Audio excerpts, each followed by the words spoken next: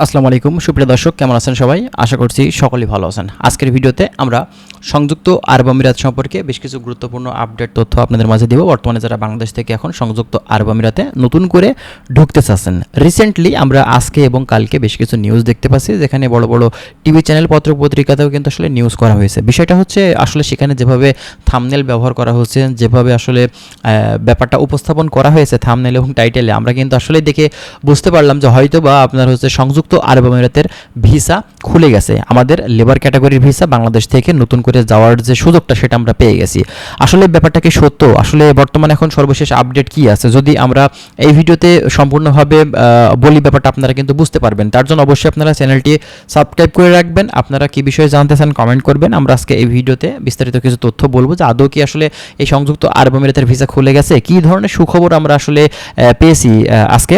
তো দেখেন, first of all আপনাদেরকে বলি যে সংযুক্ত আরব আমিরাতের মূলত বিষয়ে যে নিউজটা করা হচ্ছে আপনার টিভি চ্যানেল, বড় বড় নিউজ চ্যানেলে, তো সেখানে কিন্তু আসলে আমরা যে ব্যাপারটা বুঝতে পারছি, এখানে আপনার ভিসার যে ব্যাপারগুলো আছে সেগুলোর আগের যে নিয়ম নীতি, যে সিস্টেমগুলো ছিল সেগুলো তারা কিছুটা হলেও শিথিল করেছে। ঠিক আছে, অতিরিক্ত প্রয়োজনীয় কাগজপত্র যা আগে দরকার ছিল সেগুলো এখন আর লাগবে না আপনার ওয়ার্ক পারমিট ইস্যু করতে গিয়ে।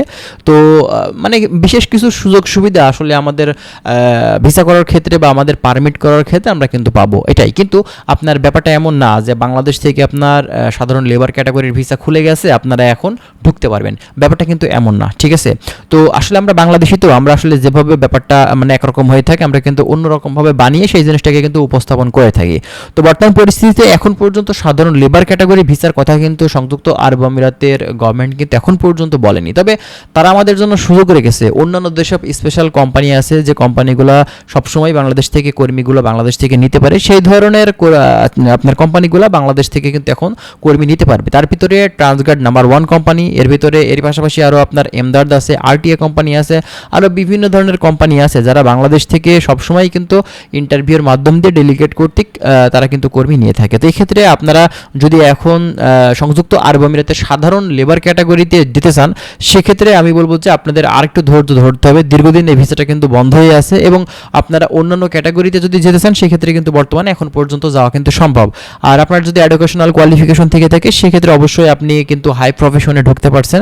সেখানে এজেন্সির সাথে আপনি দেখা যাচ্ছে যে চুক্তির মাধ্যম দিয়ে হয় আপনি কাজ সহ সেখানে যাবেন, বা দেখা যাচ্ছে যে আপনার কাজের কোনো কন্ট্রাক্ট থাকবে না, শুধুমাত্র আপনাকে সেখানে পাঠিয়ে দিবে, আপনি নিজে কাজ খুঁজে নেবেন। এটা সম্পূর্ণটাই আপনার এবং এজেন্সির উপরে কিন্তু নির্ভর করছে, ব্যাপারটা আপনারা কীভাবে তার সাথে চুক্তি করবেন। তো হাই প্রফেশন ভিসাটা মূলত আপনার যদি সার্টিফিকেট থেকে থাকে এক্ষেত্রে অবশ্যই কিন্তু আপনি করতে পারবেন, কোনো সমস্যা নেই। অনেকেই জাল সার্টিফিকেট, ফেক সার্টিফিকেট দিয়েও কিন্তু আপনার হাই প্রফেশন ভিসা করছে, তো ব্যাপারটা কিন্তু খুব একটা ভালো বিষয় না। 2 নম্বর কাগজপত্র দিয়ে কখনোই কিন্তু এগুলো করা ঠিক না। পরবর্তীতে যদি কোনো সমস্যা হয়ে থাকে সেক্ষেত্রে কিন্তু আপনি ঝামেলাতে পড়তে পারেন। এজন্য আপনারা চেষ্টা করবেন সবসময় মানে ক্লিয়ারভাবে কাজ করতে। আপনার যদি সার্টিফিকেট থাকে আপনি যাবেন, যদি সার্টিফিকেট না থেকে থাকে এক্ষেত্রে অন্যান্য যে ক্যাটাগরি আছে সেগুলোতে গিয়ে আপনি সেখানে কিন্তু কাজ করতে পারেন। ঠিক আছে, অন্যথায় সেখানে গিয়ে কোনো ধরনের ঝামেলাতে পড়ার দরকার নেই। যেহেতু বাংলাদেশিদের এমনিতেই 2 নাম্বারিতে কিন্তু আসলে নাম্বার 1 হয়ে গেছে বাংলাদেশিরা, বিভিন্ন কারণের জন্যই কিন্তু ভিসাগুলো তারা বন্ধ করে দিয়েছে আমাদের। ঠিক আছে, এটা হচ্ছে মূলত কথা। তো যাই হোক, আরও বিস্তারিত তথ্য আপনারা যদি প্রতিনিয়ত আমাদের থেকে পেতে চান তার জন্য অবশ্যই আপনারা আমাদের চ্যানেলের সঙ্গেই থাকবেন।